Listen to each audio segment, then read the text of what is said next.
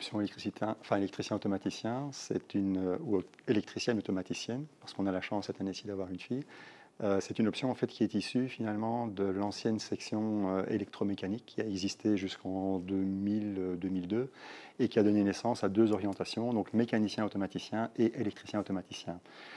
Donc l'idée c'était que les électromécaniciens manquaient peut-être un peu d'automation et donc on a décidé de rajouter tout ce pan automatique aux deux formations et de conserver d'un côté une prédominance mécanique et de l'autre électricité.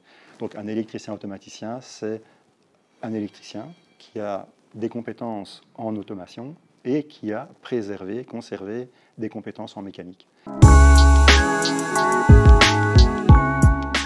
Alors, le profil est assez hétéroclite ou hétérogène. En gros, on a des élèves qui viennent du sérail, qui ont fait déjà un deuxième degré en électromécanique dans l'école ou dans une autre école. Et puis, nous avons aussi des élèves qui viennent de l'enseignement général, soit directement. Certains ont aussi fait de la technique de transition, donc c'est quelque chose qui est assez proche du général finalement. Et donc on a des profils assez différents, c'est-à-dire qu'on a des élèves qui ont parfois un meilleur background ou des compétences acquises déjà au niveau technique, mais ont un niveau en cours généraux qui est parfois différent. Et donc on a des élèves pour qui c'est l'inverse, à qui il manque parfois un background technique, mais qui ont la chance d'avoir un bon niveau dans les cours généraux.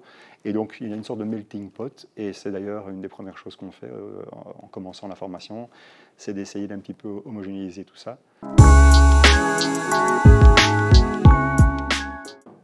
Eh bien, elles sont extrêmement, d'abord diverses, mais aussi positives. C'est-à-dire qu'en réalité, on a quelques élèves qui, à la fin de leurs études, décident de rentrer directement dans la vie professionnelle.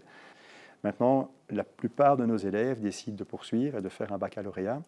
Alors, il y a deux grandes tendances, on va dire. C'est soit un baccalauréat en électromécanique, on retourne un peu vers la formation initiale, ou alors en automation. Et donc là, ils creusent davantage, je dirais, la nouveauté, la partie automation.